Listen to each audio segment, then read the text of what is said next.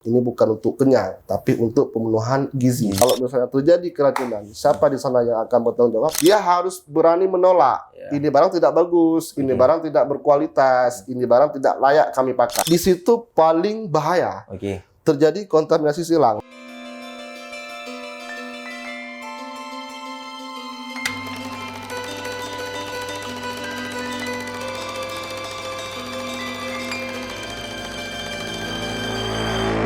Kali ini kita mau bahas hal yang lagi banyak diperbincangkan oleh guru-guru, oleh masyarakat, yaitu tentang MBG atau yang disebut dengan makan bergizi gratis. Oke, kali ini kita menghadirkan Bang Alskar, ya Tengku Alskar.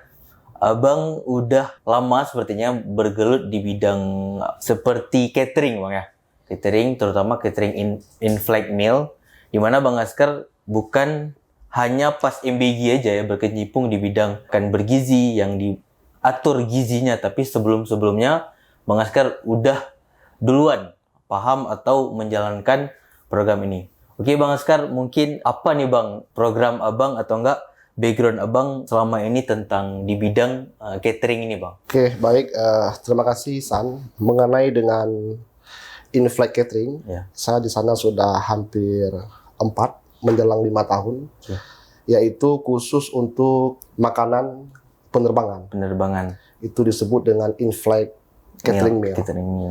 Oke, di sana juga sama seperti catering-catering yang lain, cuman di bidang kami itu termasuk dengan kategori catering C, yang dimana hanya menghandle itu khusus untuk catering penerbangan. Lanjutan daripada itu, alhamdulillah, yang untuk di Aceh, khususnya di BTJ, kami sudah menghandle itu sejak tahun 2017 sampai dengan sekarang. Kemudian kami juga telah mengikuti event-event nasional seperti haji, mungkin event bulanan seperti umroh ya, umroh. Yang pasti itu reguler itu hampir setiap hari, bahkan itu kita sudah bekerjasama dengan Garuda itu hampir 8 atau 10 tahun.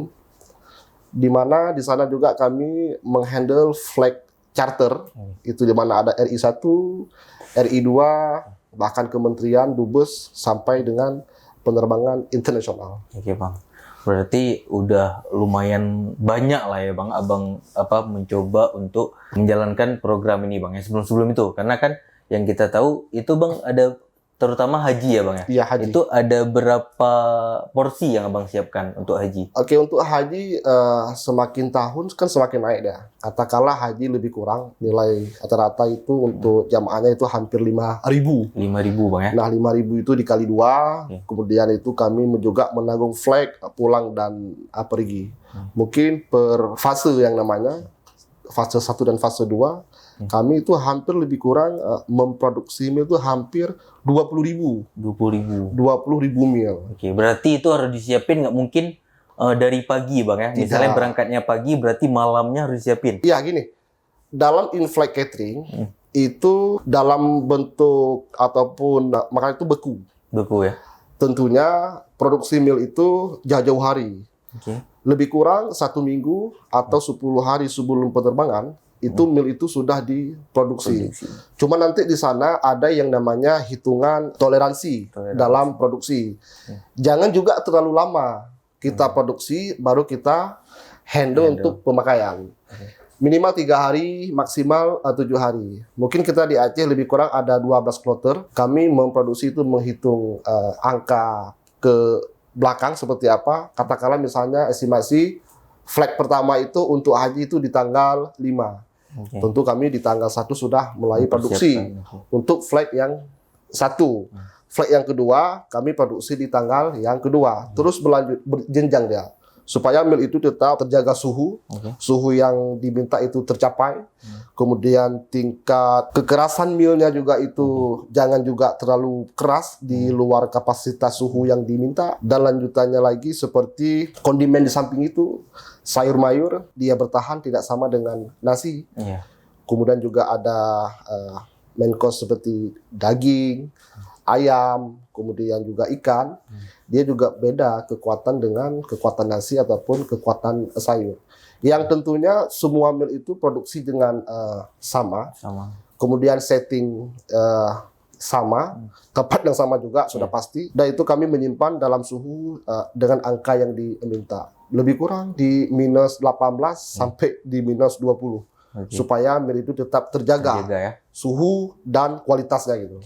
Berarti Bang, kalau kita sandingkan dengan MBG ya, berarti ada nggak gizi-gizi yang diterapkan dengan inflate meal atau yang Abang jalanin selama ini gitu? Sama ya? Lebih kurang gini San, lebih kurang di sana kan ada permintaan karbo, kemudian permintaan protein, itu ada nggak? Protein sama, dan beberapa yang lainnya, gizi juga, cuman dengan gramasi yang berbeda. Mungkin kalau MBG, kalau kita acuankan ke anak-anak sekolah, beda gramasi berat dengan yang di inflate meal ini. Karena kan untuk inflate meal ini kan standarnya, standar orang dewasa, berat nasi berapa gram gitu, kemudian protein juga seperti itu. Kalau dibilang sama atau tidak, hampir-hampir menyerupai. Ini Bang, langsung kita ya untuk kita kulik atau kita bahas tentang EBG ini. Yang Ihsan mau tanya nih Bang kan, pertama yaitu manfaat, ya kan. Jadi manfaat ini selain untuk muridnya sendiri, ada nggak Bang manfaat-manfaat lain membantu ekonomika di sini atau apa-apa Bang yang dari MBG ini terkesan gitu. Jadi atau enggak terbantu dari sebelumnya nggak ada kerjaan, sebelumnya dia nggak dapat makanan yang baik, dapat makanan yang baik. Oke, sekarang kita ini nggak bahas dulu masalah ya. Nanti kita akan bahas masalah. Ini kita bahas dulu manfaatnya Bang. Oke, manfaat MBG ini. Kalau kita bicara manfaat, sangat besar. Sangat besar. Kita ambil sisi positif ya. Yang pertama untuk anak didik sekolah. Kemudian programnya nanti akan melebar ke ibu hamil. Terus ibu menyusui. Berarti ibu menyusui ibu hamil dapat juga MBG? Dapat. Ini kan mungkin pelan-pelan. Berarti ini untuk sekarang murid-murid SD, SMP dulu? Iya. Kalau secara merata sih belum. Cuman beberapa media platform kita baca, ada beberapa tempat itu yang sudah tersalurkan sampai ke ibu hamil dan ibu menyusui. Bahkan nanti di sana ada lansia. Masing-masing daripada itu tentu pemerintah itu mempunyai tujuan yang bagus. Menekan angka stunting, kemudian mereka juga mendapatkan gizi yang bagus. Ini jangan disalah paham dulu. Maksudnya ini bukan makan kenyang ya, tapi ini makan bergizi. Jadi beda porsi. Karena kan banyak juga yang komplain mengenai dengan porsi, kemudian gizi yang ditampilkan. Tentu setiap sajian itu mereka sudah menghitung berapa sih gramasi gizi yang cukup untuk anak-anak. Nah, kita kembali lagi, dampak positifnya daripada program ini sangat besar. Yang pertama 4 yang tadi, anak didik, kemudian ibu menyusui, ibu hamil sampai dengan lansia. Kemudian dampak di masyarakat juga banyak ya. Neraca pasar naik. Kemudian UMKM yang berbidang bermacam menjual, yang supplier ikan ayam naik Bang ya. Yang supplier apapun itu, supplier beras, telur, kemudian pasar-pasar yang kemarin itu sebelum ini sepi, sekarang kan sudah menjadi ramai, cukup ramai kan. Bahkan bahan baku itu tidak cukup. Kurang, dibutuhkan banyak Bang ya. Begitu banyak. Mungkin ada sedikit agak berat, seperti misalnya ini kan ada beberapa bahan yang menjadi target utama daripada MBG, termasuk kami daripada Inflight Catering ini menjadi bahan andalan nih, seperti bahan baku buncis dan wortel. Itu yang banyak dicari Bang ya. Luar biasa. Dan bahannya kurang. Karena setahu saya supply bahan 2 ini itu kayak sedikit dari kita yang lokal. Itu lebih banyak kalau kita kan dari Medan ya, ataupun ada beberapa tempat dari luar. Sekarang kondisi di pasar, bahan 2 itu jadi primadona habis nih. Luar biasa nih. Ada nggak Bang yang istilahnya yang mengambil dia monopoli atau enggak, jadi ambil ke sini aja atau bebas sama siapapun boleh ambil untuk ini? Sejauh ini yang saya lihat ini barang tidak cukup. Angkanya begini San, tahun yang sama 2025, ini kan 2025, itu di bulan 4 kemarin. Wortel 1 bal itu dengan kapasitas berat sekitar 9 sampai dengan 10 kilo. 1 bal ini itu masih di harga 90.000. Berarti sekarang? Itu per April. Masuk bulan Juli, ada beberapa di Banda Aceh dan Aceh Besar yang pusat pasarnya di Lambaru ataupun di Pasar Al-Mahira sudah memulai membuka grand openingnya MBG. Ini barang naik. Tahu nggak naiknya berapa, San? Berapa, Bang? 130. Ini kan menarik untuk harga nih, Bang. Yes. Satu piring itu atau satu porsi itu berapa, Bang? Yang kita dengar kan 15.000. Oke. Nah, itu pembagiannya. Maksudnya gini, kan naik nih. Apakah dapur-dapur ini ngeluh nih? Maksudnya ngeluh, ini harga dari sebelum buka MBG dia riset segini. Tiba-tiba ketika udah MBG berjalan, nah kayak Bang bilang tadi naik nih. Nah, apakah itu nanti kayak kita lihat ya di media sosial ada yang tipis banget, ada yang sedikit banget itu banget. Nah, ini bagaimana Bang yang Abang lihat di ini sekarang yang berjalan sekarang? Sejauh ini angka yang dilontarkan oleh pemerintah kepada mitra ataupun yayasan masih cukup. 15.000? Masih. 15.000 ya? Masih. Karena mengapa? Produksi mereka itu produksi besar loh. 3.000 sampai dengan 4.000 kan. Ada yang 2.500, 3.000, 3.500, 4.000. Karena dalam hitungan akumulasi catering, semakin besar produksi, semakin kecil modal yang dikeluarkan. Kan seperti itu. Kemudian pemerintah juga membagi hasil daripada angka yang sudah ditentukan itu. Berapa untuk pemenuhan gizi, kemudian berapa untuk operasional, dan berapa untuk mitra sebagai dia owner yang punya dapur. Angka itu sudah jelas dibagi, kemudian kita hanya menerapkan dengan jujur dan baik.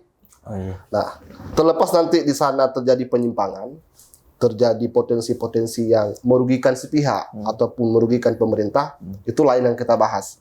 Nah, sekarang yang menjadi pertanyaan, apakah cukup dengan angka 15.000 itu, dengan neraca pasar sudah naik, apakah cukup untuk memenuhi gizi 15.000 itu dalam satu porsi? Masih cukup. Karena kuantitasnya banyak. Produksinya skala banyak. Semakin tinggi produksi yang kita buat untuk meal, untuk makanan ini, maka semakin rendah modal yang kita keluarkan. Tapi jangan lupa juga tergantung menu yang kita siapkan. Cuman kan kalau saya lihat di menu-menu MBG ini, seperti saya bilang tadi, ini bukan untuk kenyang, tapi untuk pemenuhan gizi. Jadi dalam satu ompreng itu, satu porsi lah kita hitung, di sana sudah ada protein, mau itu nabati, sudah ada karbo kan, dan segala macam, itu sudah dicek dan sudah dihitung oleh pihak ahli gizi di dalam dapur ini. Dan itu harus cukup, karena kan jelas di sana tujuan pemerintah untuk mendapatkan gizi yang baik, menekan angka stunting, dan yang lain-lain seperti itu. Oke Bang, kalau kita ngomong di dalam itu ya, ada sayur, ada nasi, ada sebagainya Bang. Jadi di dalam makanan itu, yang kita dapat ya, di anak-anak sekolah itu, atau nggak di media sekarang, itu basi Bang.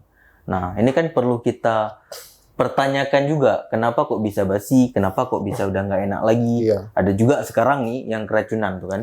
Nah, ini Bang, celahnya di mana? Kesalahannya di mana? Kok bisa sampai basi, kok bisa sampai ini?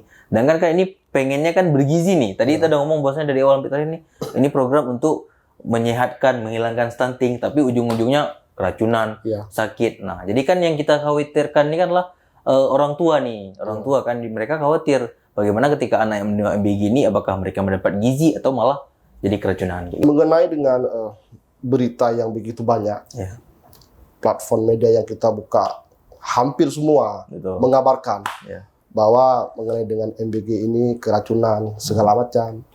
Di sana ada beberapa hal yang harus diperhatikan. Dalam flow catering, itu ada beberapa, banyak, itu hampir sekitar 16 materi ya.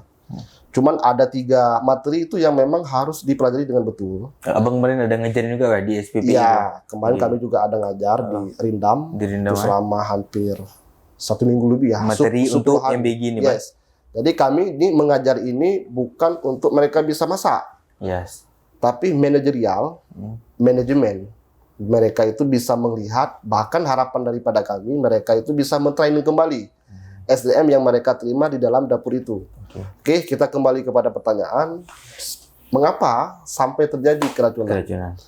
Itu ada 3 poin yang harus diterapkan. Yang pertama yaitu mengenai dengan personal hygiene, yang kedua kontaminasi silang, Kemudian yang ketiga mengenai dengan pemilihan dan sortir bahan baku sampai dengan penyimpanan, pemisahan, mana yang basah, mana yang sudah masak. Nah, 3 poin mendasar ini masih panjang urutan ke bawahnya. Ini yang harus betul-betul disiplin, dipelajari. Bukan hanya sekedar pelajari. Seluruh pekerja yang ada di dalam satu dapur itu memahami apa maksud dan tujuan daripada 3 poin ini. Memang sederhana, tapi kalau ini disepelekan, ini dampaknya besar. Sederhana tapi daya rusak tinggi. Lebih kurang seperti itu. Oke Bang, berarti kan ada berapa yang harus semuanya tahu nih. Yes. Ada nggak Bang yang wajib nih, yang kalau diloncat istilahnya prosedur ini akan terjadi itu keracunan atau apa gitu? Apa misalnya nggak boleh memasukin barang ke dalam dapur atau nggak orang-orang harus dicek atau suhunya atau apa, itu mungkin Abang lebih ngerti. Apa yang mungkin materi-materi MBG yang diajarin itu yang harus penting kali untuk diterapin sama dapur-dapur yang ada di Indonesia nih Bang? Itu sudah pasti San. Dalam industri catering mereka harus sampai di status yang namanya HACCP, itu Hazard Analysis Critical Control Point. Lebih kurang seperti itu. Nah, itu berarti dari apa Bang? Dari awalnya, dari mereka beli bahannya Bang ya, sampai masuk ke dapur, sampai mereka jadi masak, sampai dikirim lagi ke sekolah-sekolah. Itu boleh nggak Bang dijelas secara singkat aja mungkin prosedurnya atau apanya gitu yang harus diperhatikan. Contoh kan kita kemarin ada bahas tuh kayak bisu harus berbeda, terus kenapa harus tutup kepala atau kenapa harus pakai sarung tangan dan lain sebagainya gitu Bang. Itu kita masuk ke yang namanya materi personal hygiene. Itu kan masing-masing daripada mereka itu yang pertama harus mengetahui dulu tingkat kebersihan dia itu seperti apa, cara membersihkan seperti apa, dan mereka harus menerapkan. Itu dibutuhkan seluruh pekerja ataupun SDM di dalam catering tersebut. Yang lebih kurang seperti kuku mereka, rambut, kumis yang terlihat. Kemudian saat mereka memasuki ruang produksi ataupun dalam area zona dapur, mereka juga harus memakai atribut yang lengkap seperti hairnet, masker, penutup depan apron, sepatu boot, bahkan ada beberapa uniform yang lain yang mendukung layak standar untuk masuk ke sebuah dapur. Mengenai dengan produksi, yang pertama tadi yaitu seperti pemilihan bahan baku, itu memang harus benar-benar disortir dari pasar nih sampai ke tempat ya. Bagaimana kita perjanjian dengan supplier ataupun kita belanja sendiri, itu harus benar-benar dilihat, diraba. Bahkan kalau bisa, itu bisa kita analisis, bisa kita pakai atau tidak. Karena beberapa bahan baku yang kita pilih, dia itu tidak tahan lama. Wortel buncis itu kalau misalnya kita bawa pulang dari pasar ke catering dapur, kalau jarak jauh nggak usah terlalu jauh lah, sekitar 30 menit aja perjalanan. Kalau dia tertimpa dengan barang lain, dia akan jadi benyek, cepat berair dia. Apalagi dia kan di wrapping. Kalau kita beli dalam satu bal, disitulah timbulnya ulat Bang atau gimana? Belum. Ini masih dalam kualitas bahan baku yang kita pilih. Nah, untuk mengenai dengan bahan-bahan baku yang lain, juga harus bisa kita tahu benar untuk bahan produksi kita masak, ini tahan berapa lama, layak pakai atau tidak, dan sebagainya.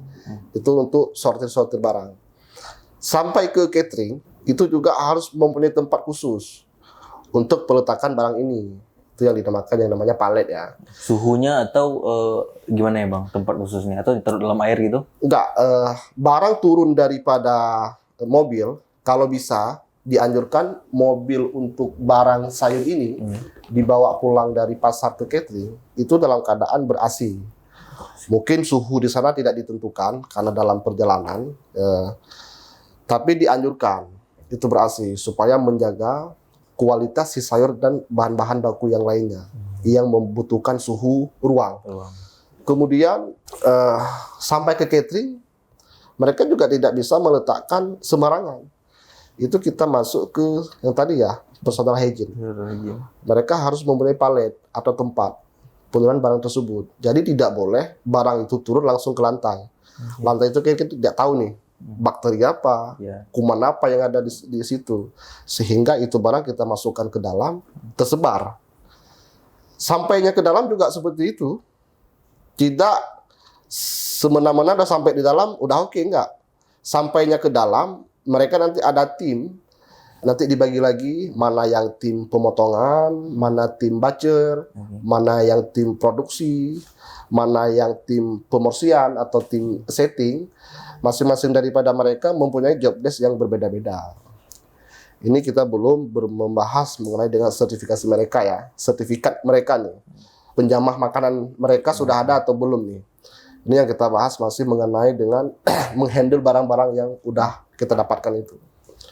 Barang itu lalu dipisah, dikemanakan, mana yang mau dipotong, mana yang mau disimpan. Sebelum itu ada orang ngecek nggak Bang? Maksudnya, oh ini barang bisa dimasak, oh ini nggak boleh dimasak gitu, atau ini perlu dibuang, ini disortir lah kira-kira. Wajib.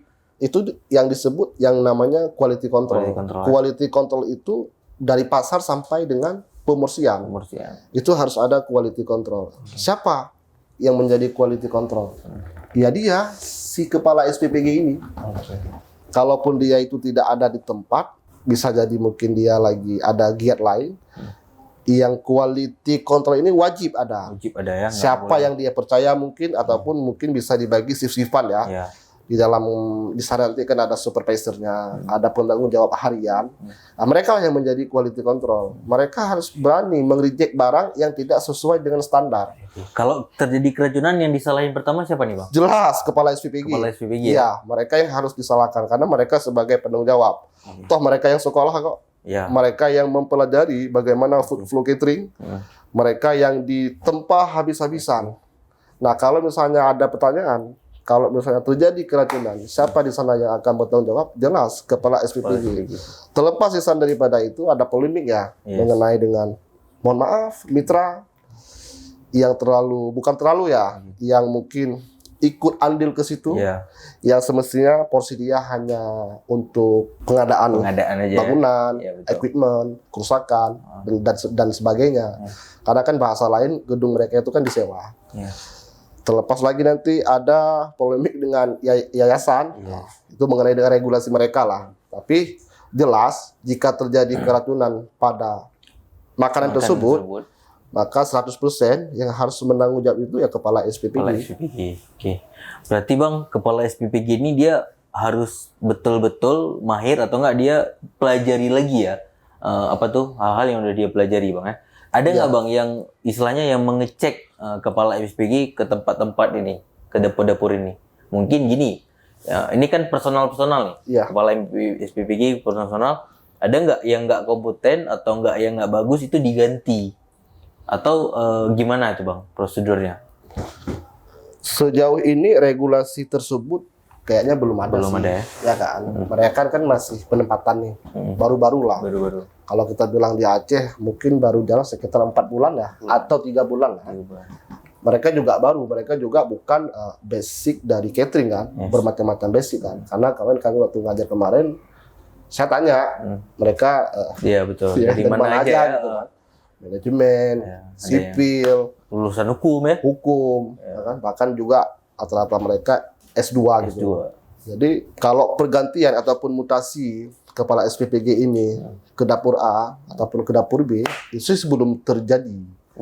Karena kan mungkin mereka masih baru juga kan. Tapi itu bisa saja terjadi ancaman bagi mereka yang bermain-main.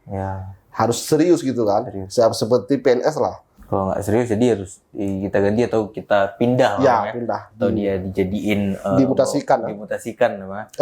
Oke Bang, ini tadi menarik tuh yang Abang ngobrolin masalah SPBG, mitra, yayasan dan supplier lagi satu lagi nih. Nah, jadi kan ketika supplier ini mensuplai makanan ke dapur-dapur, ada nggak Bang istilahnya yang dapur-dapur ini supplier ini dia ketika dia bawa ayamnya besar, ketika sampai mungkin 1 bulan itu besar-besar ya kan, kita bilang ini langsung gitu. Terus lama-kelamaan makin kecil kayak gitu. Nah, Ini ada nggak Bang aturan untuk supplier kayak gitu? Untuk supplier itu sendiri. Oke. Coba kita pelan-pelan ya. Yes. Ini ada sangkut pautnya nih. Ya. Tidak semua. Mungkin hanya beberapa mitra ataupun beberapa dapur aja. Jelas kita melihat dan kita mendengar langsung mengenai dengan perihal di sana kan ada 3 nih. Ada 3 kekuatan yang bisa kita bilang ya. Ya. Yang pertama yayasan, yang kedua mitra, yang ketiga kepala SPPG. Nah, 3 ini mempunyai kapasitas masing-masing. Yayasan juga punya power. Untuk seperti apa? Lebih-lebih lagi mitra. Mereka yang punya dapur kan? Punya tempat ya. Ya, mereka yang Punya semua. approve semua. Dananya di situ dari mereka ya kan. Yang ketiga juga kepala SPPG. Ya. Mereka juga mempunyai hak penuh untuk menjaga keamanan dapur tersebut. Nah, terjadilah seperti yang tanya mengenai dengan supplier. Yes. Ini kan pihak kedua nih. Ya. Supplier datang ke dapur mengantar barang. Nah, di antar barang ini kebetulan mungkin maksud Ihsan tadi kapasitas kualitas barang tersebut itu tidak standar, ya. tidak sesuai yang mereka butuhkan. Apakah itu terjadi approve penerimaan? Itu kan real terjadi. Entah apa di sana kita nggak tahu Ihsan. Yang tentu barang itu bagus atau tidak, kepala SPPG harus bisa menerima itu. Apakah itu berarti kepala SPPG nggak bisa komentar nih Bang? Seharusnya wajib bisa. Wajib. Misalnya dia harus berani Dicek ya. Dia harus berani menolak. Ini barang tidak bagus, ini barang tidak berkualitas, ini barang tidak layak kami pakai. Cuman di sana karena ada sesuatu yang lain yang mungkin tidak perlu kita sebut, mereka harus bisa menerima itu. Karena seperti saya bilang tadi, mitra bukan hanya sebatas pengelolaan tempat, dia juga mengikuti ke dalam tersebut. Sehingga mungkin terjadi intimidasi ya, bahwa itu harus diterima barang tersebut. Padahal secara power yang dimiliki oleh kepala SPPG ini, dia harus bisa menolak itu. Menolak kalau bahan tersebut tidak sesuai dengan spek, tidak sesuai dengan dibutuhkan. Nah, dengan hal tersebut Ihsan, kalau dipaksa kita terima barang itu satu poin kita sudah menuju ke keracunan makanan. Betul. Belum nanti kita masuk ke dalam. Padahal yang di dapur-dapur itu mereka nggak salah. Maksudnya mereka ya menerima barang ya kan, istilahnya ini barang dari supplier nih Bang ya kan. Ketika masuk ya mereka olah-olah aja. Ternyata pas sampai ke dapur mungkin ada dia tes ya aman, mungkin ketika sampai ke murid keracunan di situ terjadi. Karena kadang begitu nanti kita masuk ke dalam, pekerja ini siapa? Betul. Mereka sudah mempunyai sertifikat penyamah makanan atau belum? Siapa saja yang harus ada di ruang setting? Siapa saja yang harus ada di tempat produksi? Itu harus dibagi-bagi. Supaya apa? Tidak terjadi poin ketiga, kontaminasi silang. Itu bahaya. Itu dalam industri catering, itu yang paling harus diperhatikan. Kontaminasi silang ini. Pemindahan bakteri dari satu tempat ke tempat yang lain. Paling bahaya itu bakteri apa Bang? Rambut atau bulu tangan atau keringat mungkin? Di sana ada beberapa, cuma saya nggak menghafal bakteri itu. Bakteri yang paling cepat membuat basi itu makanan. Yang pertama bakteri di kepala. Di kepala kita. Seperti ketompi. Ada nama bakteri itu, makanya diwajibkan pakai harnet. Karena apa? Lumrahnya manusia, mungkin jeda waktu 30 menit, 40 menit, dia sesekali pasti akan menggaruk kepalanya. Makanya di sana diwajibkan memakai harnet. Tutup itu ya, tutup kepala ya, Pak. Oke. Itu salah satu bakteri. Kalau terjadi kontaminasi itu cepat basi makanan. Yang kedua itu bakteri yang ada di kelenjar tangan. Di tangan kita. Oke, makanya diwajibkan memakai hand glove, sarung tangan. Apapun kegiatan di dalam itu yang dinamakan dengan menjamah makanan, mulai dari butcher, pemotongan daging, sampai pemotongan sayur maupun itu buah, apapun di dalam bentuk makanan, wajib memakai hand glove. Supaya apa? Terhindari bakteri ini. Kemudian di sana juga diwajibkan memakai masker kan? Kita tidak tahu bersin atau apa bersin, gitu ya? Atau batuk gitu Bang ya? Iya. Kemudian kita dalam satu dapur, banyak rekan-rekan, tidak mungkin kita diam kan. Pasti sedikitnya ada bicara. Meskipun dalam materi, Nggak boleh bicara? tidak boleh. Oh gitu. Boleh, tapi tidak terlalu banyak. Sedikit lah ya. Sekedar apa saja, mungkin hanya menanyakan dan menjawab. Jangan menjadi curhat di gitu depan ya. sayur kan. Debat gitu ya. Di depan makanan. Debat gak ada ya. Itu kan hal-hal sederhana tapi dampak besar yang harus dihindari. Itulah yang dinamakan kontaminasi silang. Hal yang sederhana lagi yang mungkin kurang perhatian, lumrah terjadi di dapur seperti pemakaian cutting board. Kalau bahasa kita talenan ya. Talenan itu Ya, ya. tempat alas pemotong. Itu juga harus dijaga. Dicuci atau enggak dipakai sabun gitu Bang? Dijaga Tidak. gimana tuh? Dia ada masing-masing penggunaannya. Oke. Dia cutting board lebih kurang ada 4 atau 5 penggunaannya. Oke. Kita mulai dari warna hijau, mungkin bisa untuk daun. Daun sayur ya. Warna merah itu bisa untuk daging. Warna biru bisa untuk ikan-ikan laut. Warna putih bisa untuk buah dan sebagainya. Nah, masing-masing daripada cutting board ini tidak boleh bertukar-tukar.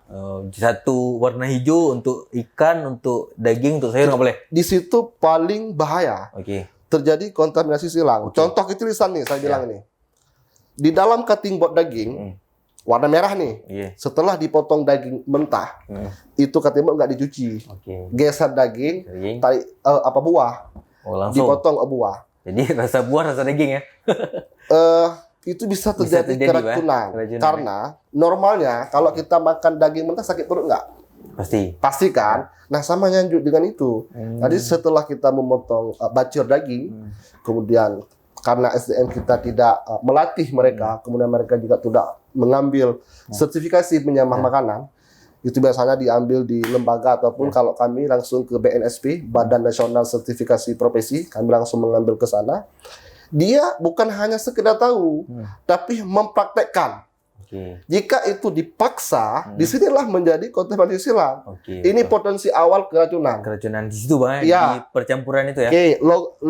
Logika kita bicara, daging mentah kita makan sakit perut kan? Betul. Samanya dengan itu, dia setelah membacur daging, kemudian dia menganggap sepele, itu tidak dibersihkan, ambil buah. Karena buah kan nggak dimasak dulu langsung makan ya kan? Langsung dimakan. Dimakanlah, kan terjadi keracunan. Mungkin tidak keracunan, tapi bakteri yang masuk ke perut bisa menjadi. Mungkin ini insting ya, atau mak-mak kita di rumah, itu kan banyak satu talenan itu untuk semua aja dilibas. Contoh, satu pisau untuk ini semua untuk daging, untuk ini. Ini mungkin itu Bang, mungkin yang kita lihat, background yang di MBG ini, ibu-ibu yang bekerja ini kan mereka ada insting, alah biasanya aku di rumah nih pakai satu ini untuk semua kayak gitu. Tinggal aku cuci, aku pakai. Nah, inilah gimana nih Bang? Itulah ini makanya yang saya sampaikan tadi. Kepala SPPG ini perlu perhatian khusus. Harus tegas dia Bang ya. Kepada harus berani menegur ya. Kepada pekerja pun SDM yang ada di situ. Terlepas pekerja itu titipan siapa kan? Nah, tapi kan tetap tapi harus disampaikan, itu wajib. Bahkan mereka butuh training. Kemudian mereka itu butuh briefing setiap pagi. Kesalahan kemarin itu dibahas dan jangan sampai diulang apalagi. Briefing ini yang mungkin jadi solusi untuk aman makanannya Bang ya. Salah satu kan seperti itu memang. Seperti itu. Jadi ada briefing dulu. Mungkin kita kan lupa atau tidak terlalu lama, ya mungkin hilaf atau apa gitu. Harian itu kan butuh briefing. Kesalahan kemarin itu dikembalikan ke hari ini, jangan diulang. Seperti itu. Kemudian di sana, Aisan, ada beberapa sumber. Dari mana sih terjadi kontaminasi silang ini? Yang pertama bisa dari tubuh kita, dari badan. Yang kedua peralatan yang kita pakai, itu terjadi kontaminasi silang. Yang ketiga dari bahan, yang saya bilang tadi, begitu sampai tidak pakai palet, langsung ke tanah. Jadi masuklah dia. Masuk bakteri-bakteri dan kuman-kuman. Yang keempat itu dari lingkungan. Jangan sampai nanti limbah di situ. Kemudian hal-hal yang udara tidak sehat di situ. Terutama contoh tikus itu Bang bawa deh. Itu masuk ke vektor.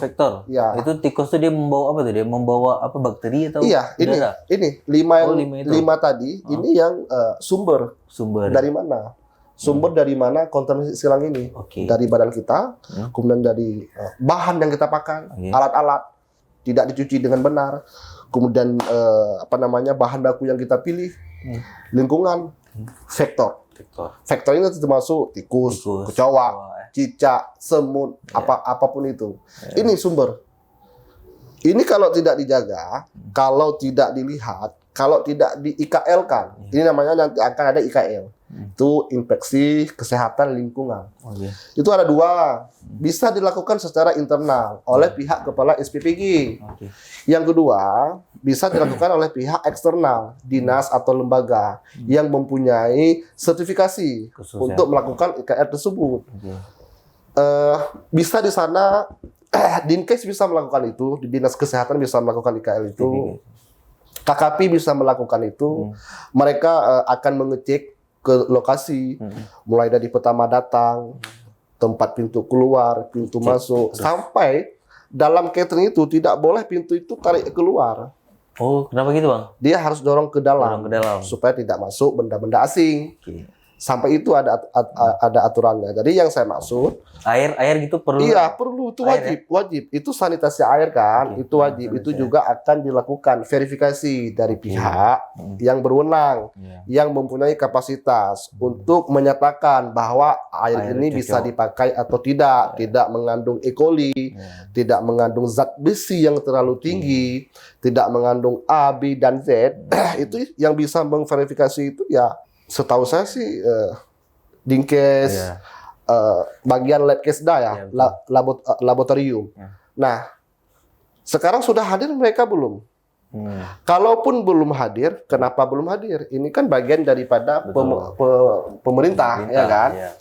Ya mungkin belum ada instruksi. Ya harapan besar kita mengikut sertakan daripada stakeholder, lembaga atau pemerintah untuk melihat satu dapur, memverifikasi satu dapur layak atau tidak.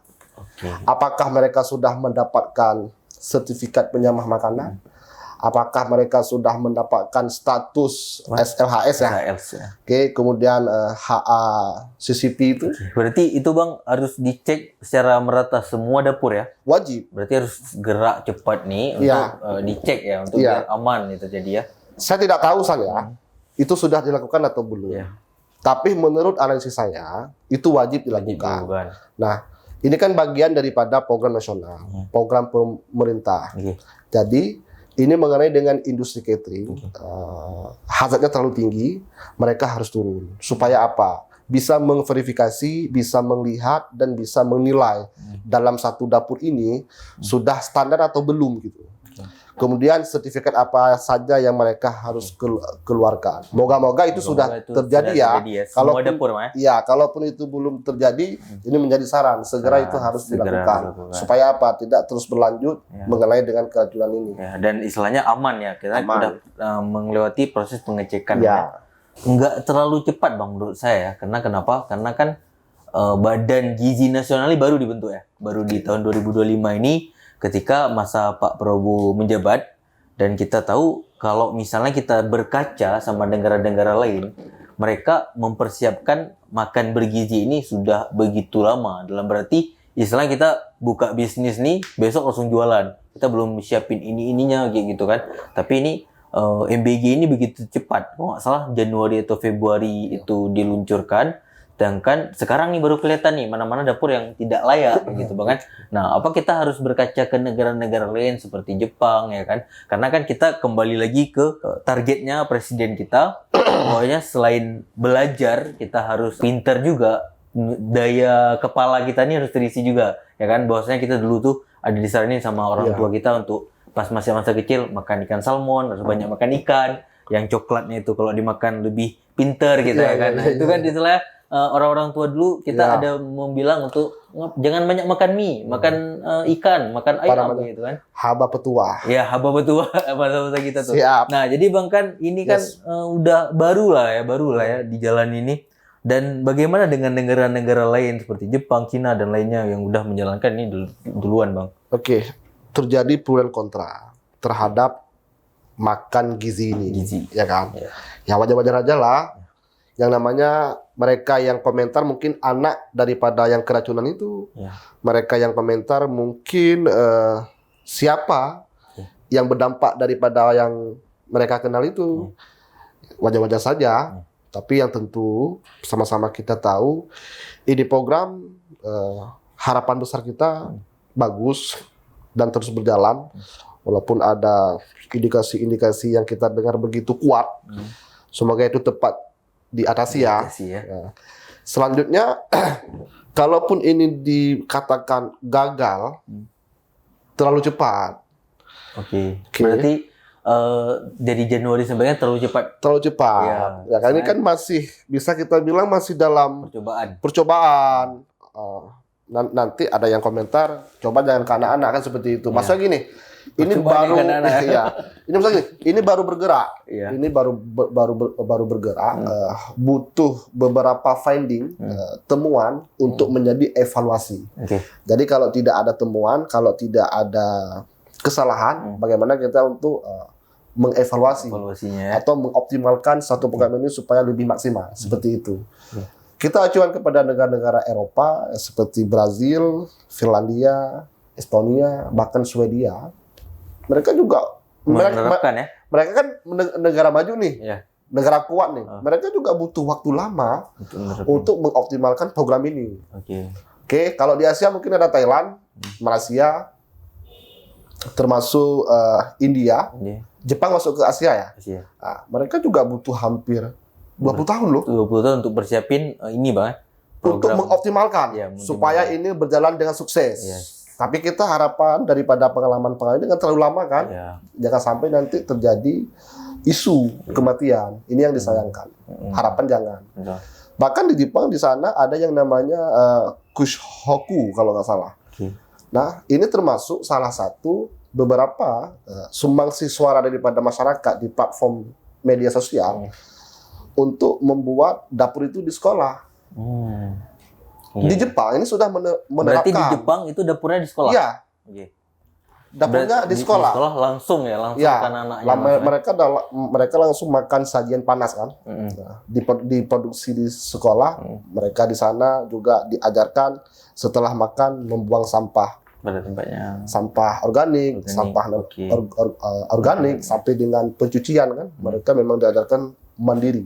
Kita beracuan kepada negara-negara yang sudah berjalan, bahkan negara-negara maju, mereka juga mempunyai limit waktu untuk mengoptimalkan satu program ini. Apalagi kan kita Indonesia, negara yang berkemajukan, suku yang banyak, kemudian lancip-lancipnya netizen kita beda-beda ya, kan? Tajam-tajam. Tajam-tajam. Itu semua mungkin kalau bisa menjadi satu perbaikan positif itu diperbaiki.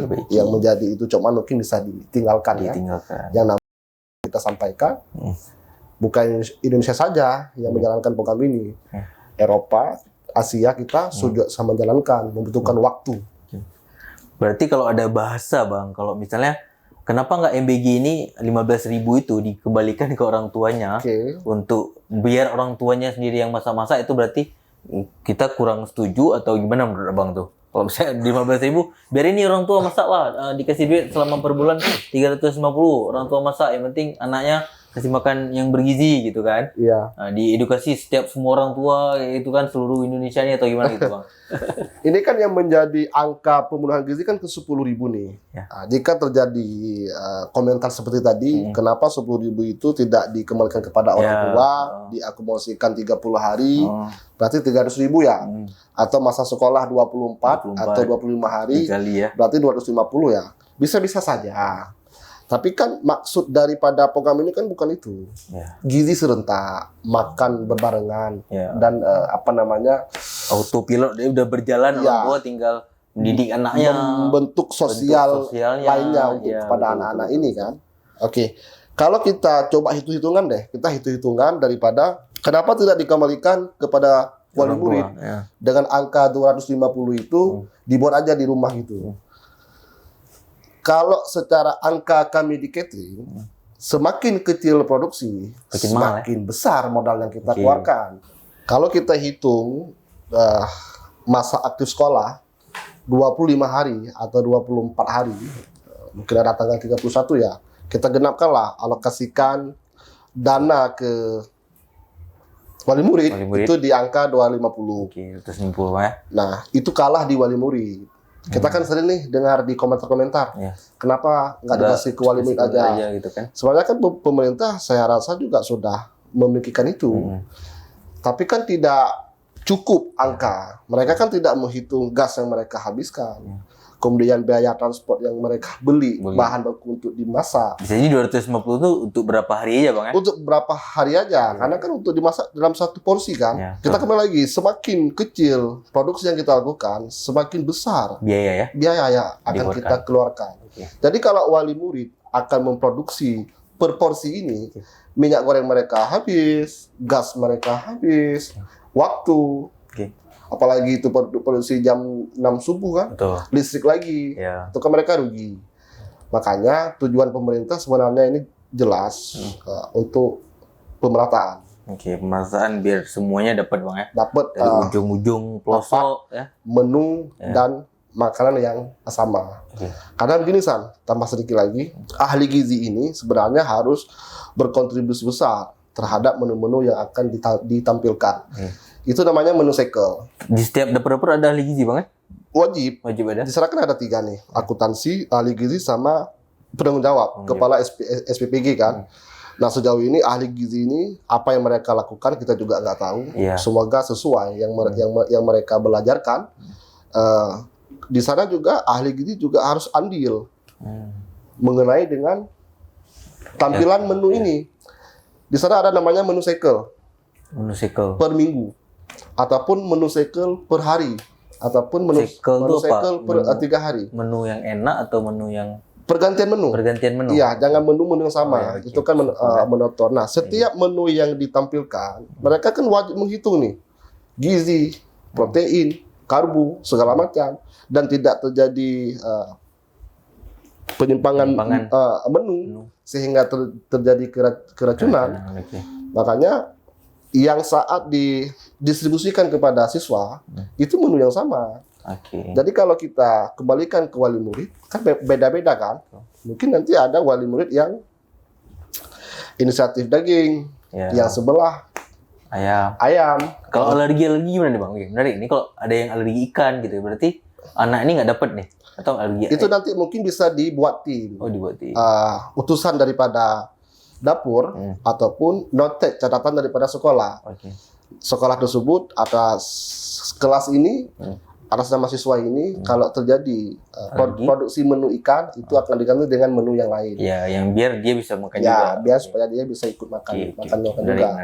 Itu kan sederhana. Catat aja gitu kan, untuk yang itu Bang. Oke Bang. Jadi Bang, sebenarnya dari MBG ini apa yang jadi masalah Bang yang dihadapi? Karena kan ini baru belum setahun lah ya, setahun ya jalan, tapi udah banyak banget masalah, dari keracunan, dari yang makanannya basi, dari yang beda lah rasanya atau nggak enak, nasinya keras atau bagaimana bahkan. Jadi masalah yang dihadapi MBG sekarang Bang komplit ya gitu ya. Dan ini kita nggak bisa mukul rata. Ada yang beberapa dapur yang mereka sudah menerapin atau memang profesional di bidang ini, dari mitranya, dari SPPG-nya gitu Bang, dan dia udah lancar. Ada yang beberapa masalah nih Bang gitu. Jadi MBG itu sendiri. Tentu kalau kita lihat ini masih dalam kata pengawasan. Masih cukup minim. Cukup kurang. Kurang ya. Instansi atau lembaga yang mempunyai hak penuh untuk memverifikasi dapur tersebut layak atau tidak, ini mungkin belum turun kali ya. Ataupun kalaupun turun, belum semua, hanya sebagian. Tapi ini menjadi pemicu awal. Kalau tidak ketat pengawasan daripada eksternal. Oke. Yang kedua tentu di sana terjadi keracunan massal. Dikarenakan IKR tersebut tidak ketat. Kemudian terjadi kesenjangan antara yayasan, mitra, kepala SPPG. Konflik internal ya? Tidak semua. Hanya sebagian. Ada mitra yang tidak bersinergi dengan kepala SPPG. Kemudian ada mitra yang tidak bersinergi dengan yayasan. Karena kan yang paling lemah di sini kepala SPPG kan dalam berarti Kalau saya bilang mereka bukan lemah. Mereka kan atau muda atau gimana, Bang? mereka diutus oleh Diutus, pemerintah yang punya dapur itu personal. Oke. Artinya kan secara ligat itu kan lebih kuasa Buat yang mereka punya ya. dapur kan. Iya. Nah, sedangkan kepala SPPG ini mereka yang mempunyai legal yang kuat. Kuat. Dari Mereka luar yang gitu ya. tahu bagaimana manajerial dapur. Mereka bukan yang masak ya. Iya. Manajemen mengatur dapur sampai tingkat pengantaran. Itu ada yang namanya disebut dengan OTP, on time performance. Itu mereka hitung semua angka-angka jam-jam produksi, Iya. jam berapa yang harus didistribusikan, Betul. jam berapa harus masak. Ya, karena masaknya nggak mungkin di jam itu juga Iya. malam, minimal malam ya. Mereka harus menghitung itu waktu mundur. Oke. Oke, sampai mereka juga menghitung waktu handle, pemindahan satu tempat ke tempat yang lain. Maksudnya packaging yang sudah siap itu diantar ke sekolah. Iya. Berapa lama, berapa jauhnya, berapa lama pengangkatan dari satu tempat ke mobil, berapa lama untuk kasih mobil ke sekolah gitu kan. Itu kepala SPPG yang mampu itu, mereka yang mampu menghitung on time itu. Konten itu, Mas. Itu disebut dengan singkatan OTP. Berarti mereka sampai ke sekolah mereka ikut, hanya kontrol aja mereka ikut. bebas, Bebas ya? bebas. Kan di sana nanti udah dibuatin. Ya. Satu dapur itu kalau nggak salah saya itu 40 sampai 50 orang. Oke. Tergantung quantity, Kuantitinya. berapa besar produksi yang dilakukan oleh satu dapur itu. Oke. Nah, kemudian terjadi lagi di sana keterbatasan SDM Jadi SDM dari mana dong? dari rekrutmen. Rekrutmen ya? Iya, jadi kan di sana kan dibutuhkan 40 orang nih, Oke. sampai 47, ada yang 50 bahkan apa lebih. Nah, orang yang bekerja di dapur tersebut itu motonya jangan karena mau, Oke. tapi karena mampu. Mampu ya? Jangan dia karena bisa masak nasi goreng, Dia masak. dia jadi chef. chef. Ya kan? Nah, sedangkan produksi yang dia masak itu bukan satu atau dua tiga porsi, Iya. ribuan. Ribuan. Walaupun pakai steamer, walaupun pakai beberapa alat bantu yang lainnya. Tapi kan insting itu kan bukan insting untuk nasi goreng satu porsi, Iya. 3.500. 3.500. Nah, makanya jangan karena dia mau. Dia mampu nggak di posisi itu? Punya pengalaman nggak? Nah, punya pengalaman tidak. Makanya dari awal rekrutmen SDM ini harus jelas. Mereka mempunyai kapasitas, mereka mempunyai kemampuan di bidang-bidang mereka. Di sana kan ada beberapa job desk. Tim pemorsian, penjamah makanan, tim setting, batcher, pemotongan, pengantaran. Ada beberapa bagian. Nah, itu dikasih kepada pekerja yang sesuai dengan kemampuannya. Nah, terjadi lagi antara mitra dengan kepala SPPG. Jadi kepala SPPG sudah tahu nih, ini cocoknya ke sini. Istilahnya seleksi HRD itu di SPPG, Pak. Iya. Oke. Datang mitra, ini di sini aja. Oh, oke. Catatan ya, tidak semua mitra, Oke. hanya sebahagian saja. Oke. Kalau itu dilanggar, jadilah nanti. Jadi gitu, Pak. itu faktor Ya. daripada keracunan. Oke. Kemudian mereka itu juga harus di training, ya toh. Kemudian mereka juga harus ada masing-masing daripada mereka itu sertifikat sebagai penjamah makanan. Dikarenakan gini, catering tipe A itu mempunyai kapasitas produksi itu di 750. Di sana wajib 20% itu harus ada sertifikat Penjamah makanan. penjamah makanan. Oke. Oke, catering tipe B itu produksi 750 ke atas. Oke. Ya, Di itu Aceh ada nggak, Bang, sertifikat kayak gini? ada. Ada ya? Ada. Itu ya? Sertifikasi ya? Sertifikasi. Iya, ada. Itu itu ada event-event. Itu kapasitas 750 ya. Event-event embarkasi haji, kemudian event-event nasional seperti itulah. Oke. Kemudian ada catering tipe C. Itu seperti kami bergerak di penerbangan Penerbangan ya. khusus in-flight. Nah, untuk di catering tipe B tadi wajib memiliki penjamah makanan 50% daripada total karyawan. Oke. Kalau di kami, Setengahnya berarti Pak? ya, kalau di kami karena tipe C, wajib 100%. Semuanya? Semuanya harus mempunyai sertifikat penyamah makanan. Itu nanti bisa dikasih oleh pihak Kemenkes atau kita di daerah Dinkes Dinkes ya? yang ada di bagian sertifikasi itu. Kalau kami hampir pekerja kami itu mengambil khusus itu di BNSP. Oke, oh ya di BNSP ya bisa. Ya, sertifikatnya. termasuk saya juga mengambil di sana Di sana. untuk sertifikasi karena kami di bagian catering tipe C. Ya, menarik kali nih ya. Malam ini kita komplit banget Bang. Kita bahas dari masalah sampai ada solusinya ya kan, sampai apa aja yang harus kawan-kawan dari mitra, dari dapur, dari semuanya harus dijaga. Iya. Yang titik tadi juga kita udah jawab bahwasanya kalau makanan uang ini dikasih ke wali murid kalah gitu, nggak bisa. Nah, jadi Bang, sangat menarik obrolan malam ini. Terima kasih banyak Bang Askar, kita terlalu banyak dapat insight nih ya, terutama untuk yang nonton dari anak muda atau wali murid. Iya. Atau mungkin teman-teman SMP SMA yang langsung dapat makanan ini, mungkin ada hal-hal yang kalian dapat di sekolah-sekolah kalian, bisa komen di bawah Bang ya. Mungkin nanti Bang Askar akan menjawabnya dengan diskusi lah. Siap Bang. Mungkin ini kita terakhir ya Bang ya. Mungkin closing statement dari Abang atau enggak pesan-pesan lah dari Abang untuk teman-teman yang ada menjalankan program MBG ini Bang. Pandangan daripada saya untuk MBG ini terus berjalan, butuh perhatian yang sangat kuat terkait dengan pengawasan dapur, terus bersinergi antara yayasan, mitra, dan SPPG, melakukan sertifikasi secara sah untuk SDM dan pekerja, perhatian rutin terkait food flow, catering terhadap pekerja, agar tercapai kualitas dan target pencapaian yang aman dan sehat. Terima kasih.